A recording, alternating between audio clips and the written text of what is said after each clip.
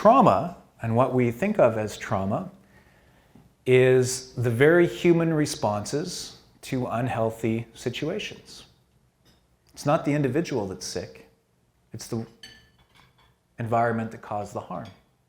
It's not the individual that's pathological. It's the situation, the setting, the environment that hurt them. And those symptoms that I was so judgmental of, those symptoms that we see as trauma, rather than being indications of failure or weakness, are actually survival techniques.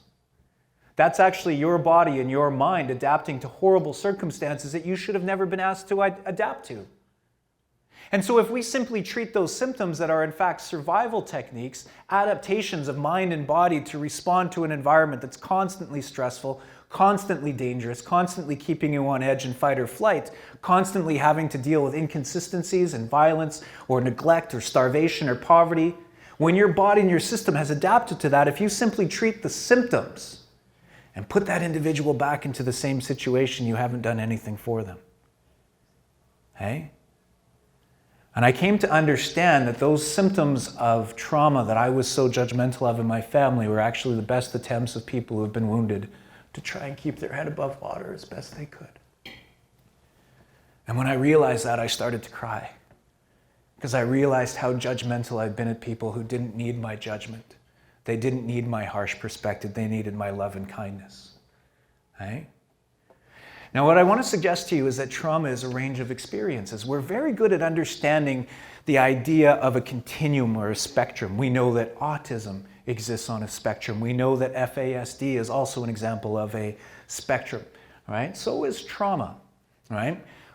When we think about this, it's very easy to recognize trauma in people who have had to survive horrible conditions like refugee camps and violence, people fleeing Ukraine, and this awful, awful invasion that's going on.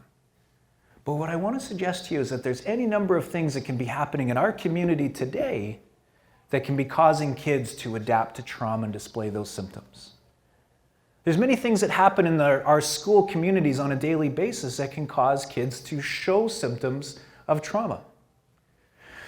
Say, for example, the sudden and unexpected loss of a loved one. Is that not potentially traumatic? What about living in an abusive home? Is that traumatic? What about living in profound poverty?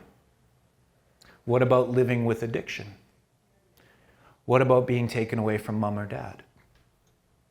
So we have children in our schools whose bodies and minds may have adapted to these circumstances where they're doing the best they can. They're not even conscious of it. And they bring all of that vulnerability and all of those adaptations to our classrooms. And our poor teachers, who may not have had any training in trauma, may look at that and see misbehavior. You see that kid who stomps into your classroom and yells at you and throws a chair. It's very easy to get very angry and respond. How dare you? Hey?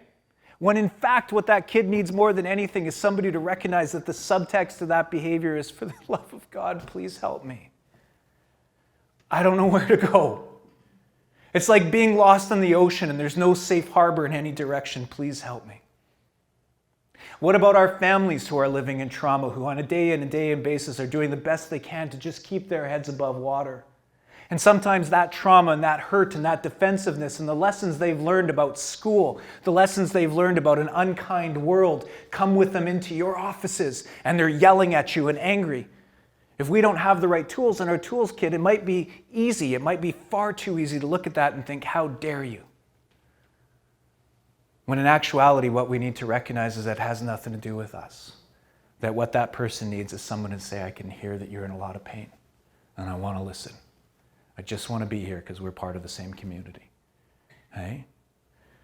So trauma is absolutely a range of experiences. I'll give you an example of this. There's this term that comes out of the United States, complex or continuous traumatic stress disorder, CTSD.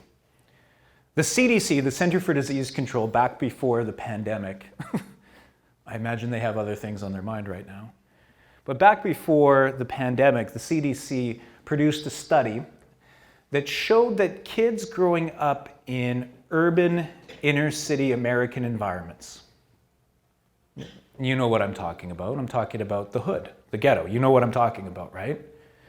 Kids growing up in urban, inner city environments that are often racialized and have imposed poverties and are food deserts and have all kinds of social conditions thrust upon them, the children coming from those environments often show symptoms identical to PTSD. Okay? But you can't call the experiences that these kids are having PTSD. Why? Why is it not PTSD? Because it's not post. There's nothing post about this. The situation today is going to be the same tomorrow and the next day, and for as far as I can see, it's been the way it's always been. Living in environments where there is poverty, where there are broken families that have been broken apart and torn apart by addiction, by oppression, where there is a threat of gang violence and drugs and sexual exploitation. It puts such pressure on our kids that they can come to a breaking point. They adjust to that situation of always being in fight or flight. They're always on edge. They're always watching over their shoulder. They're always carrying that burden of representation. Their race is with them all the time, on top of their shoulders and their backs like a boulder they have to drag with them everywhere. Okay? And that these kids can display symptoms identical to PTSD. Okay? Now, unfortunately, the American media got a hold of that, and you know what the American media is like, eh? You see the same shows I see. It's a mess. Some American channel got a hold of this report and they referred to it as hood disease. Oh, hood disease. Could you imagine? What kind of ignorance, eh? Hood disease. Could you imagine some parent not wanting their kid to go to school because they don't want their kid sitting next to somebody with, oh, it's gross.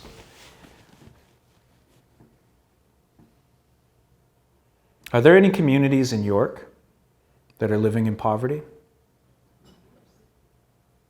Where maybe families have been broken apart, where kids are stressed, where the families are stressed, where they deal with the constant pressure of not knowing if there's going to be food security, whether there's going to be opportunities, whether their kid is going to get racialized and beaten to death.